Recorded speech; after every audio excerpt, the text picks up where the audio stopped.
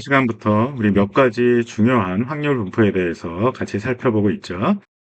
지난 시간에는 우선 그 균일 분포에 대해서 얘기를 했어요. 유니폼 디스트리뷰션. 이건 뭐라고 그랬죠? 네, 모든 그 어떤 이성의 경우는 이 표점의 분포다라고 얘기했고, 그 다음에 연속형인 경우에 그 유니폼 디스트리뷰션이라고 얘기하는데, 그거 여기서 보듯이 그 이산형인 경우에는 이렇게 PMF가 다 똑같은 값을 갖는데, 자, 이거와 유사하게 연속형인 경우에는 PDF가 일정 구간에서 똑같은 값을 갖는 경우, 이거를 유니폼 디스트리뷰션이라고 그러고, 우리 표기하기를 이렇게 한다고 그랬죠. 어떤 확률 변수 X가 따른다 유니폼 분포 A, B에서. 그리고 요 분포를 정확하게 특정 지을 수 있는 요 값, 특정 지을 때 필요할 수 있는 요 값, 이걸 우리가 파라미터다라고 얘기를 했습니다. 그리고 요 파라미터, 이게 사실은 우리 모집단에서의 특성치, 여기에 있는 것들의 특성치도 파라미터다라고 얘기를 한다고 그랬죠. 근데 보통 관심 있는 게 이제 평균, 분산 이런 것들인데, 이런 것들은 사실은 요 유니폼 분포다 그러면 요 A하고 B를 알면은 평균 분산을 계산할 수가 있겠죠. 그러니까 우리 관심 있는 게 사실 평균과 분산이라서 이게 이제 그 파라미터가 되는데, 그 A와 B를 알아도 이걸 계산할 수 있으니까 사실은 요 A와 B를 알면은 모든 게 다 한 번에 해결이 되는 거예요. 근데 요거를 알기가 상당히 어려운 경우가 꽤 많습니다. 그렇기 때문에 이런 모집단의 특성을 나타내는 것만 별도로 좀 어떻게 해볼까에 대해서 사실 통계학에서 좀 관심이 있는 거죠. 그리고 그때의 확률 밀도함수는 이렇게 나온다라고 얘기를 했고요. 그다음에 정규 분포. 정규 분포는 다음과 같은 PDF를 갖는 경우고, 그때 X는 따릅니다. 정규 분포, 노멀 분포, 그 다음에 그때 파라미터는 뮤, 시그마 제곱. 여기서 뮤는 평균이고, 시그마 제곱은 분산이다라고 얘기를 했습니다. 그리고 표준 정규 분포 얘기를 좀 했고요. 그 다음에 이항 분포에 대해서 얘기를 했고, 베르누이 시행, 버놀리 트라이얼이라는 거에 대해서 얘기를 했고, 그다음에 이항 분포는 우리 정의를 좀 잘 알아놔야 되는데, 여기서부터는 N회의 베르누이 시험에서 성공이 발생한 횟수, 이걸 우리가 이항 분포다라고 얘기하고, 표시를 그때 성공이 발생한 횟수를 랜덤 베리어블 X라고 했을 때 X는 따릅니다. 바이노미얼 분포, 파라미터는 N, P. N은 시행 횟수, P는 한 번 시행할 때마다 발생하는 성공 확률. 이렇게 되어 있고요. 그때 확률값 계산하는 거 좀 얘기를 이제 한 것 같고요. 그 다음에 초기화 분포 얘기를 했어요. 초기화 분포는 하이퍼 지오메트릭 디스트리뷰션. 그래서 HG 이렇게 표시를 하고, 이항 분포랑 거의 똑같습니다. 그 N개의, 라지 N개의 개체가 있는데요. 그 중에서 관심이 대상이 되는 게 속성 A라고 했을 때 그거를 가진 게 M개가 포함이 되어 있어요. 라지 N개 중에 관심 있는 게 M개예요. 그랬을 때 스몰 N개를 비보건으로 추출했을 때 관심 있는 게 속성 A를 갖는 거라고 그러죠. 그게 몇 개냐? 라는 거죠. 그거는 하이퍼 지오메트릭 디스트리뷰션을 따른다라고 하고, 표기를 이렇게 합니다. 전체 라지 N개가 있는데 그 중에 관심 있는 게 라지 M개가 있고요. 거기서 스몰 N개를 뽑습니다. 라는 거예요. 이항 분포인 경우에는 이거는 보건 추출이고, 그때 N, P 이렇게 표기를 하죠. 여기서 N은 시행 횟수니까 몇 개 뽑냐가 이제 N이 되는 거고, 여기 N이랑 뭐 사실은 똑같은 의미고요. 그다음에 여기 P는 한 번 시행할 때마다 성공할 확률인데, 초기화 분포는 요 확률이 시행할 때마다 달라지죠. 이항 분포는 동일하지만, 즉 보건 추출은 동일하지만 비보건 추출은 달라지고, 그때는 사실은 총 N개가 있고 관심 있는 게 M개가 있으니까 N분의 M, 요게 이제 P하고 어떻게 보면 이제 비슷한 의미다라고 이해하시면 되겠고, 그때 PMF는 이제 이렇게 정의가 됩니다. 라지 N개 중에 스몰 M개를 뽑는데, 관심 있는 M개 중에서 X개를 뽑고, 그 다음에 그 이외 거에서 M-X개를 뽑는다라고 해서 PMF는 이렇게 정의가 됩니다. 그리고 P를 방금 얘기한 것처럼 이렇게 했을 때 그 N이 크다 그러면 데이터가 엄청나게 많다는 거죠. 그러면 초기화 분포와 이항 분포하고 또 거의 비슷하게 된다. 그 얘기는 보건 추출과 비보건 추출이 유사하게 된다. 이렇게 얘기를 했습니다. 자, 이 시간에는 우리 포화성 분포라는 거하고 뒤에서 지수 분포에 대해서 같이 살펴보도록 하죠. 자, 포화성 분포는 먼저 이산형 분포입니다. 이건 뭐냐? 그 랜덤 베리어블 X가 우리 어떻게 정의하냐 그러면 일정한 시간, 거리, 면적 혹은 공간 내에서 발생한 특정한 사건의 횟수다라고 정의를 했을 때, 이때 이 X라는 거는 많은 경우 포화성 분포를 따르게 됩니다. 여기 보시면은 사건에 발생한 횟수? 그 이항 분포랑 유사하겠네요.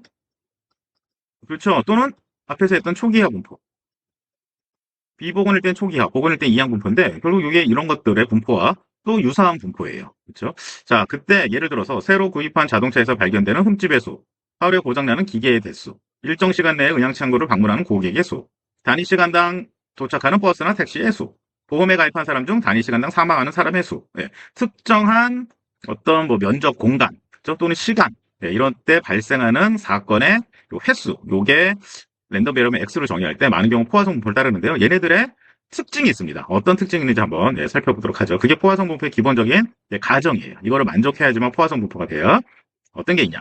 일정한 단위 시간이나 단위 길이 또는 단위 면적 등에서 발생하는 사건들은 서로 독립이에요. 그리고 크기가 같은 구간들에서는 특정 사건이 발생할 확률은 전부 동일하다. 이거를 만족해야 됩니다. 예를 들면은 시간이 이렇게 있는데 여기에서 여기 요 구간에서 발생한 어떤 사건의 개수하고 여기에서 여기 이 구간의 크기가 동일하다 그러면 여기서 발생한 사건 요 두 개는 서로 독립이어야 되고요. 크기가 똑같아.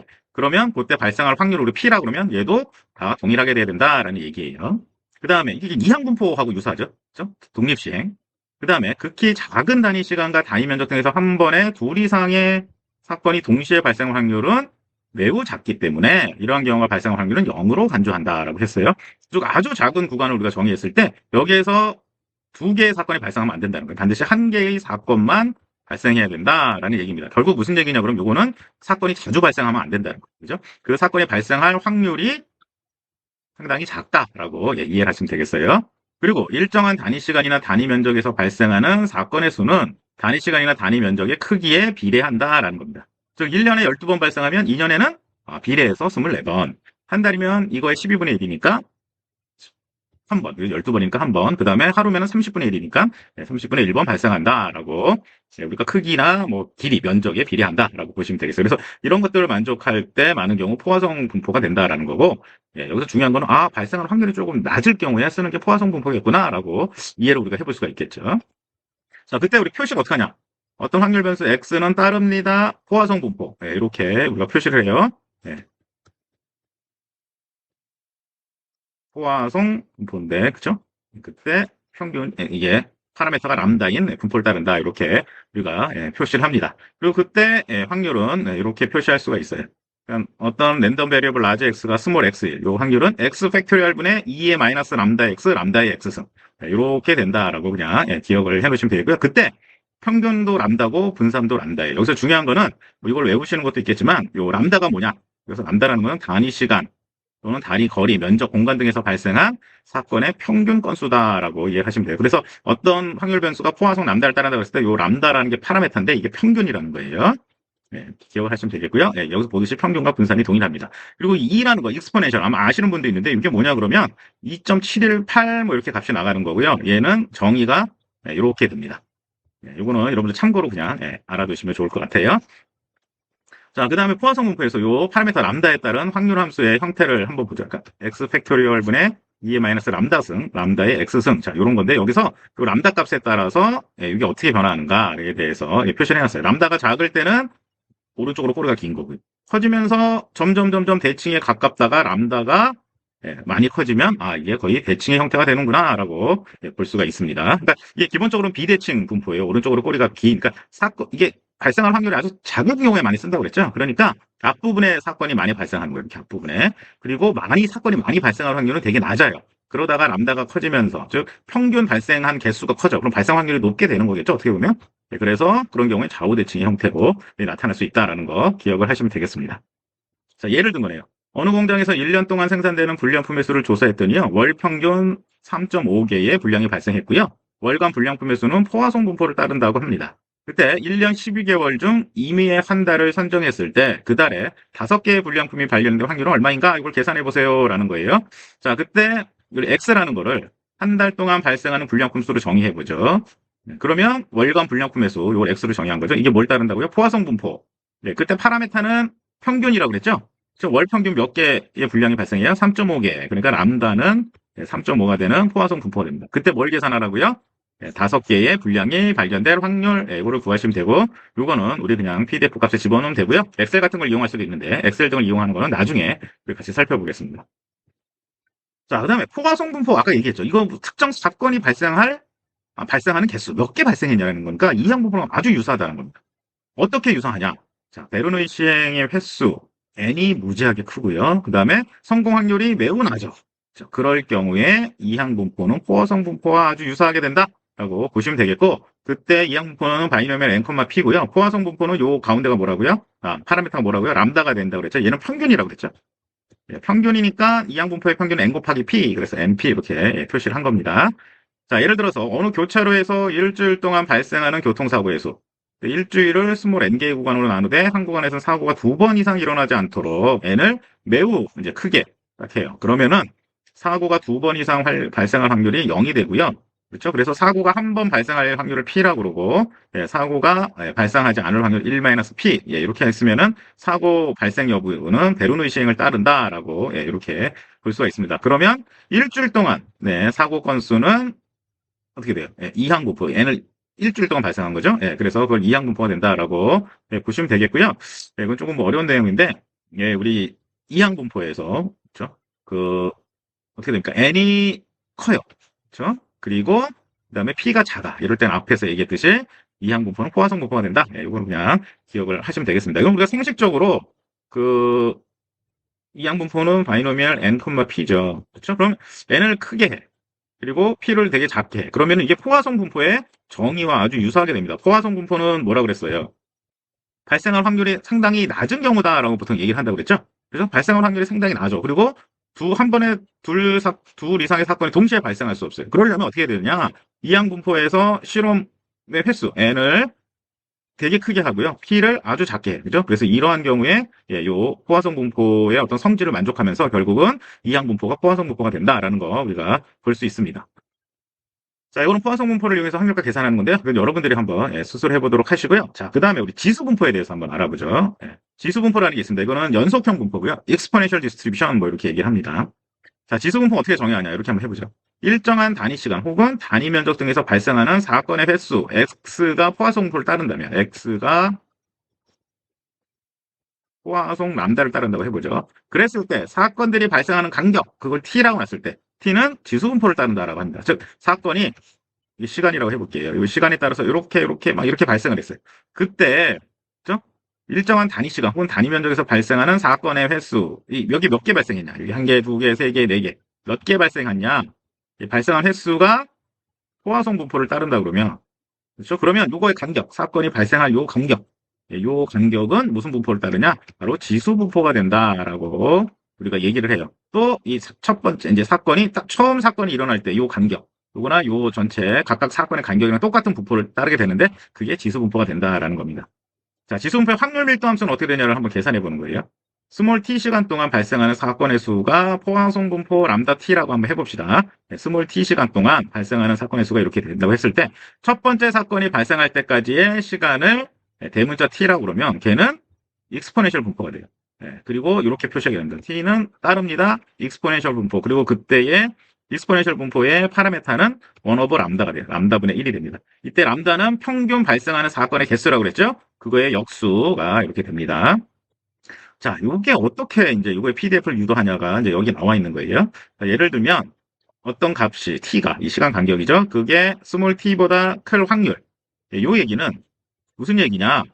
자, 어떤 여기 0이라고 그러고요. 이거 t라고 해볼게요. 그때 어떤 사건이 발생했는데 그 발생하는 사건의 간격이 또는 첫 번째 발생하는 사건이 t 넘어서 발생한다는 거예요. 그러니까 사건이 여기서 발생하거나 여기서 발생하거나 여기서 발생한다는 얘기. 그렇죠? 여기서는 사건이 없다는 얘기죠. 그렇죠? 그러니까 다른 말로 하면은 0에서 t 사이에 사건이 발생 안 한다라는 얘기예요. 그렇죠? 그러면 사건의 발생 개수 우리 그거를 x라고 했을 때 그렇죠? t 시간 동안 발생하는 사건의 개수를 x라고 했죠? x는 요 사이에서는 얼마가 된다는 거예요? 0이 된다라는 거예요. 그래서 요 확률을 우리가 계산을 해봤습니다. 그러면은 x가 포화성 람다라고 그랬으니까 이거의 PMF는 어떻게 되죠? PMF를 PX라고 그러면 x 팩토리얼 분의 여기 람다 t라고 그랬죠? 2의 마이너스 람다 t의 x승 이렇게 될 거 아니에요. 그죠? 네, 그 다음에 여기다 x에다가 x가 0이라고 그랬으니까 0을 다시 거는 거예요. 그럼 0 팩토리얼 분의 람다 t의 제로승, 그 다음에 그러니까 람다 t의 제로승 그리고 2의 마이너스 람다 t 이렇게 됩니다. 그렇죠? 제로 팩토리얼은 1이고 뭐의 제로승도 1이니까 남는 건 2의 마이너스 람다 t예요. 그러면은 시간 간격, 사건 발생할 때까지의 시간 간격은 어떻게 되냐? 자, 요거. 즉 t가 스몰 t보다 클 확률이 2의 마이너스 람다 t라는 얘기인데 우리는 누적 함수로 한번 계산해 보면 그죠? 요거는 여기서 1을 빼면은 그렇게 되니까 얘는 어떻게 되죠? 1 마이너스 2의 마이너스 람다 t 이렇게 나오게 되겠습니다. 그렇죠? 예, 그걸 갖고 미분해서 우리가 그 PDF를 계산한 게 되겠죠? 예, 이렇게 됩니다. 자, 그 다음에 이게 지금 여기는 사실은 첫 번째 사건이 발생할 때까지의 시간이라고 얘기했는데요. 실질적으로 첫 번째 사건이 일어났다고 가정했을 때 첫 번째 사건과 두 번째 사건의 시간 간격을 T2라고 해보죠. 여기서 사건이 발생했는데 요때 발생했어요. 이게 제로예요. 그래서 요때의 시간 간격하고 첫 번째 사건이 여기 일어나고 두 번째 사건이 여기 일어났어. 그때 요 시간 간격을 우리가 T1, T2라고 그랬을 때 T1하고 T2는 동일한 분포를 따르게 됩니다. 이걸 우리가 무기역 속성이라고 불러요. 첫 번째 사건이 발생할 때까지의 간격이 길건 짧건 상관없이 첫 번째 사건하고 두 번째 사건이 발생한 간격의 분포는 이거하고 똑같다. 그게 전부 다 익스포넨셜 분포다라는 거고요. 그게 익스포넨셜 분포의 중요한 특징이 되겠습니다.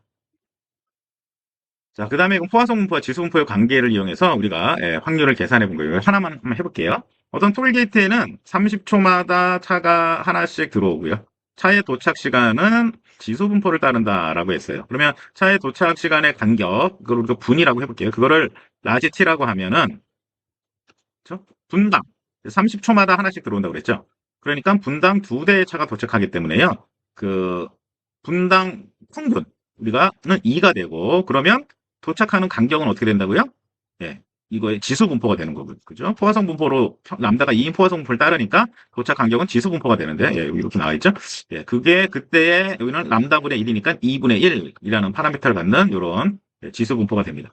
자, 그때 요거를 참고해서 도착 간격이 0에서 2분의 1 확률을 계산하세요. 그러면은 어떻게 하면 되겠어요? 요거고, 그때 익스포넨셜 분포가 요거니까, 그리고 우리 익스포넨셜 분포의 라지 fx는 어떻게 된다고요? 앞에 보시면 1-2의 마이너스 람다 t였죠? 2의 마이너스 람다 t. 요거를 이용해서 2보다 작거나 같은 확률을 계산하면 되죠. 요거는 의미가 없죠?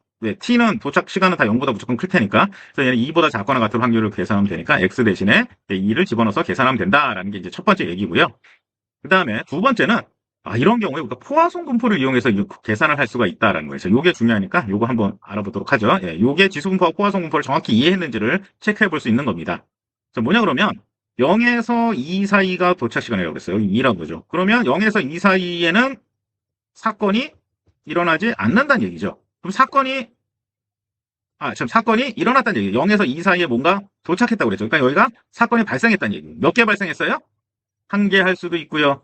2개 할 수도 있고요. 3개 할 수도 있다는 거예요. 그러니까 0에서 2분 사이에 첫 번째 도착이 일어났으니까 첫 번째 도착이 일어나고 그 다음에 그 다음 도착은 2가 넘어서 될 수도 있고요. 아니면 0에서 2 사이에 또 도착할 수도 있겠죠. 그러니까 1개 이상의 사건들이 여기서 발생한다는 거예요. 0에서 2까지. 그러니까 그때 확률은 포화성 분포를 이용해서 y가 포화성 분포를 따른다고 그랬을 때 그때 그 y가 1보다 크거나 같은 값을 우리가 계산하면 됩니다. 그렇죠? 근데 y는 어떤 분포를 따르냐? 우리 앞에서 이런 얘기를 했죠. x가 포화성 람다 t일 때, 그러니까 x가 포화성 람다 t일 때, 그렇죠? 그럴 때 요 시간 간격, 요 t는 뭘 따른다고요? 익스포넨셜 분포를 따르고 그때의 파라미터는 람다분의 1이다라고 얘기를 했어요. 자, 그러면 람다분의 1이 여기서 2분의 1이 되는 거거든요. 이게 요거죠. 그랬을 때 얘는 뭐가 되냐? 여기서 2분 동안에 발생하는 사건의 개수가 돼야 되니까 여기서 t는 2분이 될 거예요. 그렇죠? 그러니까 람다에다가 2를 곱해줘야겠죠. 그래서 파라미터가 이렇게 된다라고 우리가 보시면 되겠습니다. 그래서 요 확률을 이용해서 우리가 또 지수 분포의 값을 계산할 수도 있다라는 거예요. 이거는 좀 기억해 두시면 되겠습니다. 여러분들이 뭐 PMF나 PDF를 외우라는 건 아니고요. 그냥 지수 분포하고 포화성 분포가 이런 관계에 있다라는 거를 기억하시면 되겠다는 겁니다. 자, 그 다음에 2분 동안 차가 도착하지 않을 확률. 그건 지수 분포를 이용해서 t가 2보다 클 확률을 계산하면 되겠죠. 2분 동안 차가 도착하지 않았으니까 차가 도착하는 시간 간격이 2분보다 크다는 얘기예요. 그래서 이렇게 계산할 수도 있고요. 자, 그 다음에 포화성 분포를 이용할 수도 있겠죠. 차가 0에서 2분 이걸 딱 줬을 때 이 이후에 도착한다라는 거니까 요 사이에는 차가 몇 대가 도착해요? 제로가 도착하죠. 근데도 도착하지 않는다는 얘기죠. 그래서 그걸 이용해서 역시 확률을 계산할 수 있다라는 겁니다. 그리고 지수 분포의 평균과 분산은 이렇게 됩니다. 지수 분포의 평균은 당연히 1 오브 람다가 되겠죠. 람다분의 1이 될 거고요. 평균 시간 간격이, 그리고 분산은 람다 제곱분의 1이 된다고 그러고요. 그때 우리 PDF, fx라고 그러면 얘도 오른쪽으로 꼬리가 긴 이런 분포가 된다라고 보시면 되겠습니다. 자, 그 다음에 마지막으로 우리 정규근사라는 거에 대해서 한번 살펴볼게요. 자, 지금까지 몇 개 분포를 우리가 얘기를 했는데요. 그 분포들이 다 유사한 분포들에서 우리 조금 얘기를 많이 했어요. 자, 우리 이산형을 한번 생각해 볼게요. 먼저 균일 분포에 대해서 얘기했죠. 그거는 발생할 확률이 다 동일한 거예요. 발생할 확률이 동일하다는 얘기는 무슨 얘기냐? 아무런 정보가 없다는 거죠. 그렇죠? 정보가 전혀 없어. 경험도 없다는 얘기죠. 네, 의사결정할 때 전혀 도움이 안 되는 분포예요. 자, 그 다음에 베르노이 분포. N, P. 자, 이거는 보건 추출 했을 때 N, P고요. 그 다음에 초기화 분포도 역시 똑같은 거예요. 그죠? 하이퍼 지오메트릭. M개 중에 관심 있는 게 라지 N개 중에, 죄송합니다. 라지 N개 중에 관심 있는 게 라지 M개가 있고, 스몰 N개를 보는 거죠. 요 두 개의 차이는 사실은 보건이냐, 비보건이냐, 예, 요 차이입니다. 자, 근데 중요한 거는, 여기서 뭐라 그랬어요? N이 커지고, 예, 하게 되면은, 이게 사실은 유사하다라는 거였죠. N이 많다는 거는 경험이 많다는 얘기예요. 그러니까 경험이 조금 더, 이게 조금 애매하게 돼 있는데, 죄송합니다. 베르누이가 아니죠. 여기가 이항분포죠. 예, 요게 이항분포네요. 예, 이게 이쪽이죠. 그래서 경험이 좀 많다는 건 N이 크다는 얘기죠. 그러니까 경험이 많을 때는 초기화분포보다 이항분포가 더 도움이 되는 거예요. 그죠? N이 많으니까. 자, 그 다음에 포화성분포는 역시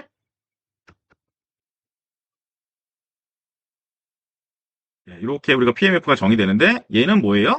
N이 포화성 이항분포보다 더 커야 돼. 그리고 P가 매우 작은 경우, 아주 드문 이런 경우에 우리가 포화성분포를 쓴다고 얘기를 했죠. 그래서 N이 크다는 게 경험이 많다라는 걸 우리가 보면 되니까 경험이 더 많을 때는 포화성분포를 쓰고 역시 지수분포는 그게 역수다라고 보시면 되겠고요. 그 다음에 이런 것들이 아주 특이하게도 특정 조건을 만족하면 정규분포와 아주 유사하게 돼서 사실은 정규분포를 이용해서 나머지 것들의 분포, 특히 이거 빼고요. 초기화 분포, 그다음에 이항 분포, 그다음에 뭐 이런 포화성 분포, 지수 분포에 대해서 우리가 값을 계산해 볼 수가 있습니다. 우리 지난 시간에 얘기하기를 이런 걸 했었죠. 초기화 분포하고 이항 분포는 모집단의 수가 많은 경우, 그런 경우에 비보건 추출하고 보건 추출된다 우리 지난번에 얘기했고요.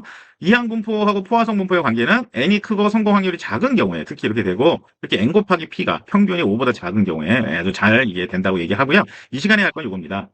이항 분포에서 n이 큰 경우에는 정규 분포가 되고요. 우리 포화성 분포의 PDF, PMF죠.를 봤을 때 람다가 크면은 또 평균이 커지면 정규 분포처럼 좌우 대칭이 됐죠. 근데 실제로 평균이 큰 경우에는 그게 정규 분포가 됩니다. 그래서 이항 분포, 포화성 분포가 다 정규 분포로 근사화돼서 이 확률을 역시 정규 분포를 이용해서 계산을 해볼 수가 있어요. 예를 하나 들어볼게요. 이항 분포, 그 다음에 우리 포화성 분포, 예를 들어보죠. 자, 이항 분포에서 그 MP가 큰 경우, MP가 크다는 건 MP가 뭐예요? 평균이죠. 평균이 큰 경우에는 이 분포가 이렇게 평균이 클수록 정규 분포 이렇게 가까워지게 됩니다.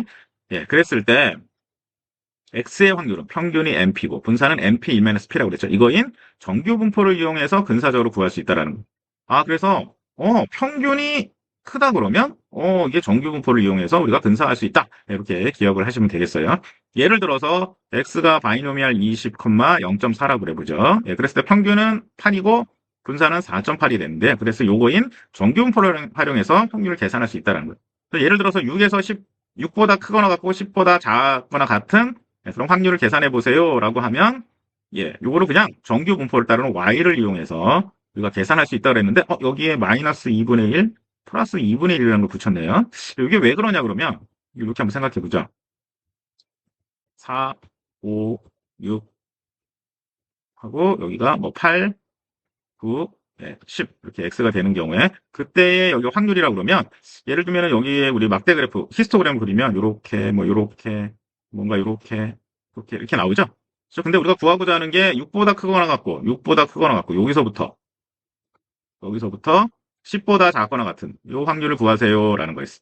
여기서부터 여기 확률을 구하세요라는 건데 실제로 요 히스토그램이다라고 생각을 해보면 요 막대는 5.5부터 6.5까지 여기가 이제 6인 경우에 그려 있는 거예요. 그러니까 이거를 고려해서 확률은 요 막대 확률을 다 더한 거다라고 가정해서 여기 6에서 0.5 뺀 5.5에서 그다음에 10에서 0.5를 더한 10.5까지의 확률을 이렇게 계산한다라고 기억을 하시면 되겠습니다. 자, 그럼 만약에 이게 6보다 6이라고 그러면 7보다 4라고 볼까요?